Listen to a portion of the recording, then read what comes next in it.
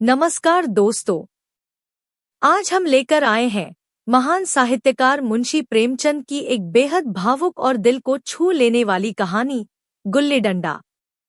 यह कहानी सिर्फ एक खेल की नहीं है, बल्कि बचपन की मासूमियत, दोस्ती, समानता और समय के साथ बदलते रिश्तों की गहरी झलक दिखाती है।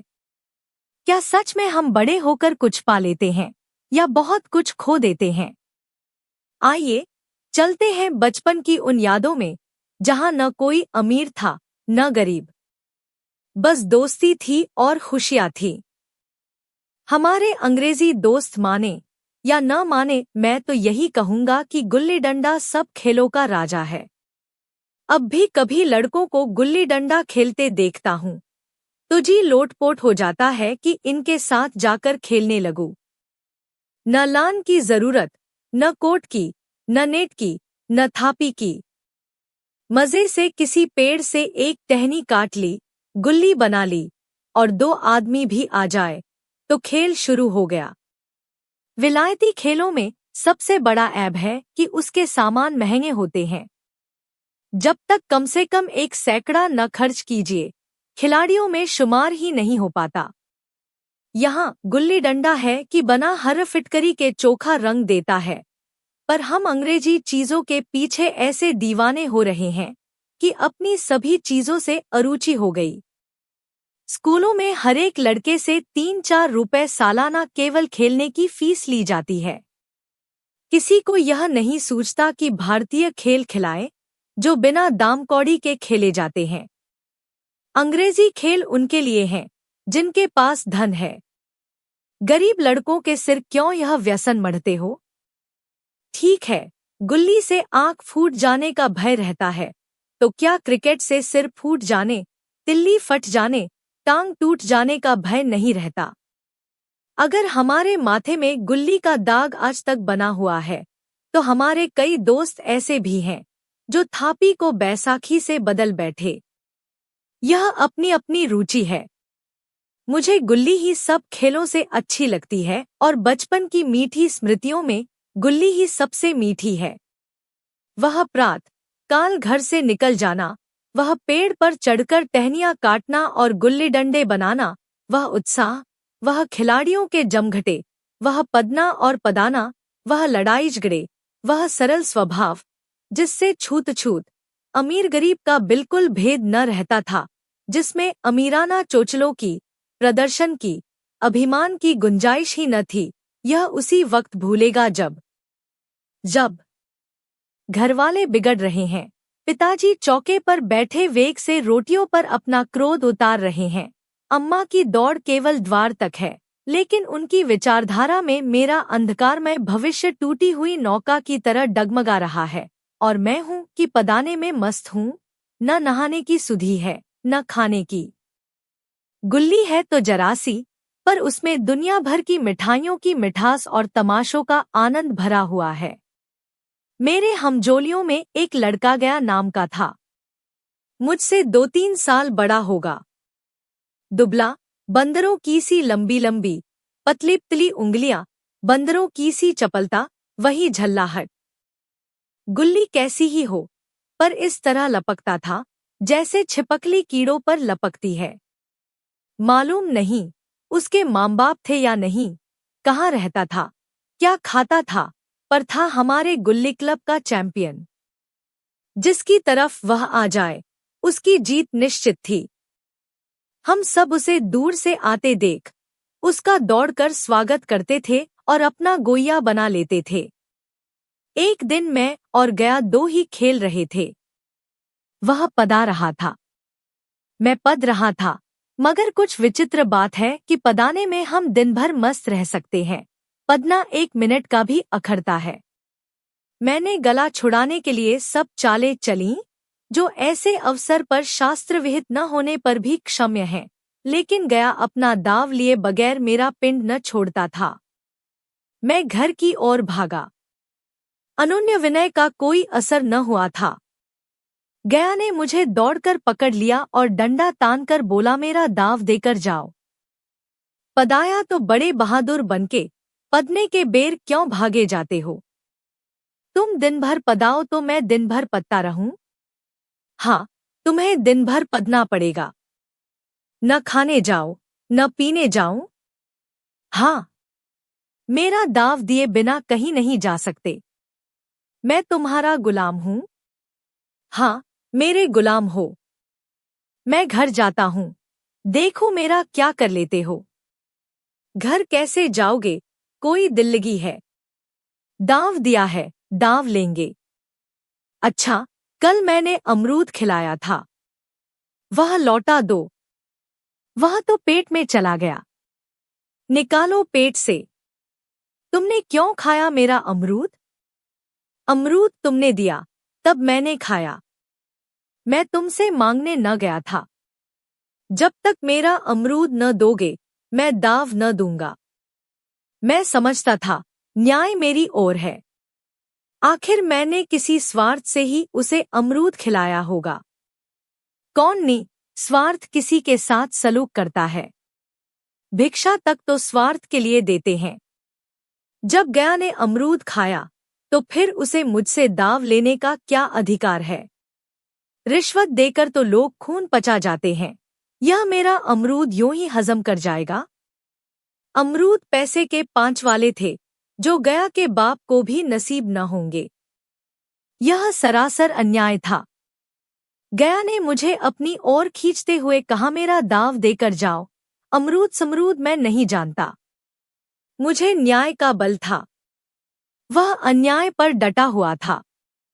मैं हाथ छुड़ाकर भागना चाहता था। वह मुझे जाने न देता। मैंने उसे गाली दी, उसने उससे कड़ी गाली दी, और गाली ही नहीं, एक चांटा जमा दिया। मैंने उसे दांत काट लिया। उसने मेरी पीठ पर डंडा जमा दिया। मैं रोने लगा। गया मेरे इस अस्त्र का मुकाबला न कर सका। मैंने तुरंत आंसू पोंछ डाले, डंडे की चोट भूल गया और हंसता हुआ घर जा पहुंचा। मैं थानेदार का लड़का एक नीच जात के लौंडे के हाथों पिट गया। यह मुझे उस समय भी अपमानजनक मालूम हा, लेकिन घर में किसी से शिकायत न की। उन्हीं दिनों पिताजी का वहां से तबादला हो गया। नई दुनिया देखने की खुशी में ऐसा फूला कि अपने हमजोलियों से बिछुड़ जाने का बिल्कुल दुख न हुआ। पिताजी दुखी थे। वह बड़ी आमदनी की जगह थी। अम्मांजी भी दुखी थी। यहाँ सब चीज सस्ती थी और मोहल्ले की स्त्रियों से घराव सा हो गया था। लेकिन मैं सारे खुशी के फूला न समाता था। लड़कों में जीत उड़ा रहा था। वहाँ ऐसे घर थोड़े ही होते हैं। ऐसे ऐसे ऊंचे घर हैं कि आसमान से बातें करते हैं। वहाँ के अंग्रेजी स्कूल में कोई मास्टर लड़कों को पीटे तो उसे जेहल हो जाए। मेरे मित्रों की फैली हुई आंखें और चकित मुद्रा बतला रही थी कि मुझसे उनकी निगाह में कितनी स्पर्धा हो रही थी। मानो कह रहे थे, तू भागवान हो भाई, जाओ। हमें तो इसी उजड़ ग्राम में जीना भी है और मरना भी। 20 साल गुजर गए। मैंने इंजीनियरी पास की और उसी जिले का दौरा करता हुआ उसी कस्बे में पहुंचा और डाक बंगले में ठहरा। उस स्थान को देखते ही इतनी मधुर बाल स्मृतियां हृदय में जाग उठीं कि मैंने छड़ी उठाई और कस्बे की सैर करने निकला। आंखें किसी प्यासे पथिक की भांति बचपन के उन क्रीड़ा स्थलों को देखने के लिए व्याकुल हो रही थी, पर उस परिचित नाम के सिवा वहां और कुछ परिचित न था। जहां खंडहर था, वहां पक्के मकान खड़े थे। जहां बरगद का पुराना पेड़ था, वहां अब एक सुंदर बगीचा था। स्थान की काया पलट हो गई थी।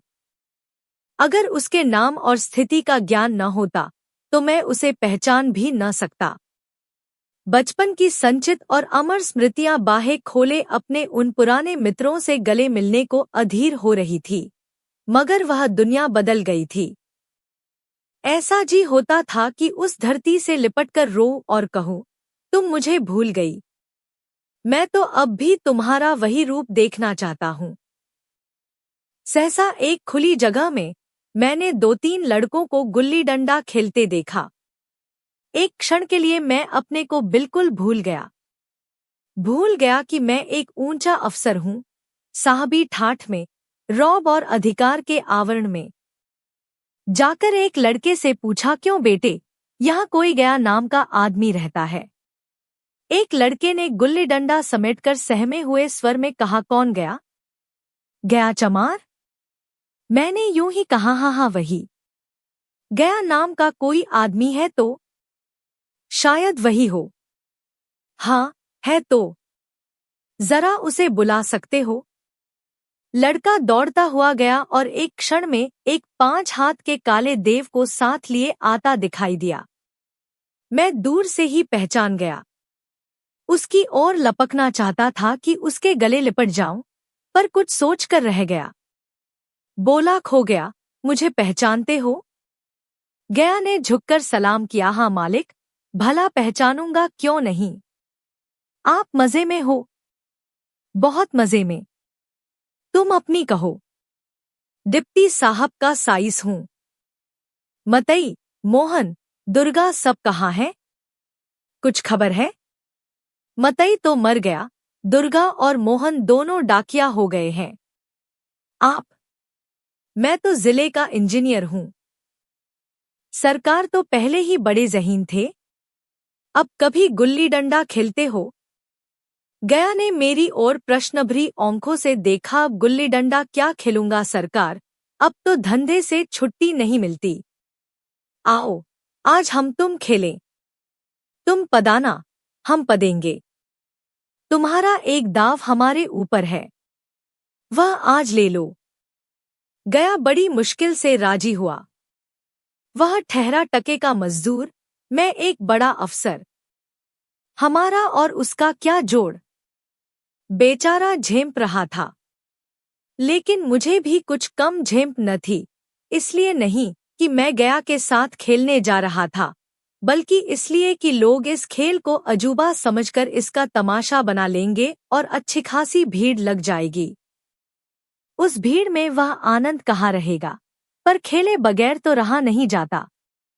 आखिर निश्चय हुआ कि दोनों जने बस्ती से बहुत दूर खेलेंगे और बचपन की उस मिठाई को खूब रस ले लेकर खाएंगे। मैं गया को लेकर डाक बंगले पर आया और मोटर में बैठकर दोनों मैदान की ओर चले। साथ में एक कुल्हाड़ी ले ली। मैं गंभीर भाव धारण किए हुए था, लेकिन गया इसे अभी तक मजाक ही समझ रहा था। फिर भी उसके मुख पर उत्सुकता या आनंद का कोई चिन्ह न था। शायद वह हम दोनों में जो अंतर हो गया था, यही सोचने में मगन था। मैंने पूछा, तुम्हें कभी हमारी याद आती थी गया? सच कहना। गया झेंपता हुआ बोला, मैं आपको याद करता हजूर, किस लायक हूँ। भाग में आपके साथ कुछ दिन खेलना बदा था, नहीं मेरी क्या गिनती। मैंने कुछ उदास होकर कहा, लेकिन मुझे तो बराबर तुम्हारी याद आती थी। तुम्हारा वह डंडा जो तुमने तानकर जमाया था, याद है न? गया ने पछताते हुए कहा, वह लड़कपन था सरकार, उसकी याद न दिलाओ। वाह, वह मेरे बालजीवन की सबसे रसीली याद है। तुम्हारे उस डंडे में जो रस था, वह तो अब न आदर सम्मान में पाता हूँ, न धन में। इतनी देर में हम बस्ती से कोई 3 मील निकल आए। चारों तरफ सन्नाटा है। पश्चिम और कोसों तक भीमताल फैला हुआ है, जहां आकर हम किसी समय कमल पुष्प तोड़ ले जाते थे और उसके झूमक बनाकर कानों में डाल लेते थे। जेठ की संध्या केसर में डूबी चली आ रही है। मैं लपककर एक पेड़ पर चढ़ गया और एक टहनी काट लाया। चटपट गुल्ली डंडा बन गया। खेल शुरू हो गया। मैंने गुच्ची में गुल्ली रखकर उछाली। गुल्ली गया के सामने से निकल गई। उसने हाथ लपकाया, जैसे मछली पकड़ रहा हो। गुल्ली उसके पीछे जाकर गिरी। यह वही गया है जिसके हाथों में गुल्ली जैसे आप ही आकर बैठ जाती थी। वह दाहिने बाएं कहीं हो, गुल्ली उसकी हथेली में ही पहुंचती थी, जैसे गुल्लियों पर वशीकरण डाल देता हो। नई गुल्ली, पुरानी गुल्ली, छोटी गुल्ली, बड़ी गुल्ली, नोकदार गुल्ली, सपाट गुल्ली सभी उससे मिल जाती थी। जैसे उसके हाथों में कोई चुंबक हो, गुल्लियों को खींच लेता हो। लेकिन आज गुल्ली को उससे वह प्रेम नहीं रहा। फिर तो मैंने पदाना शुरू किया। मैं तरह तरह की धांधलियां कर रहा था। अभ्यास की कसर बेईमानी से पूरी कर रहा था। हुज जाने पर भी डंडा खेले जाता था। हालांकि शास्त्र के अनुसार गया की बारी आनी चाहिए थी। गुल्ली पर ओछी चोट पड़ती और वह जरा दूर पर गिर पड़ती तो मैं झपट कर उसे खुद उठा लेता और दोबारा टाड़ लगाता। गया यह सारी बेकायदियां देख रहा था, पर कुछ न बोलता था, जैसे उसे वह सब कायदे कानून भूल गए। उसका निशाना कितना अचूक था। गुल्ली उसके हाथ से निकलकर टन से डंडे से आकर लगती थी। उसके हाथ से छूटकर उसका काम था डंडे से टकरा जाना, लेकिन आज वह गुल्ली डंडे में लगती ही नहीं। कभी दाहिने जाती है, कभी बाएं, कभी आगे, कभी पीछे। आध घंटे पदाने के बाद एक गुल्ली डंडे में आ लगी। मैंने धांधली की, गुल्ली डंडे में नहीं लगी। बिल्कुल पास से गई, लेकिन लगी नहीं। गया ने किसी प्रकार का असंतोष प्रकट नहीं किया। न लगी होगी। डंडे में लगती तो क्या मैं बेईमानी करता? नहीं भैया, तुम भला बेईमानी करोगे? बचपन में मजाल था कि मैं ऐसा घपला करके जीता बचता। यही गया गर्दन पर चढ़ बैठता, लेकिन आज मैं उसे कितनी आसानी से धोखा दिए चला जाता था। गधा है।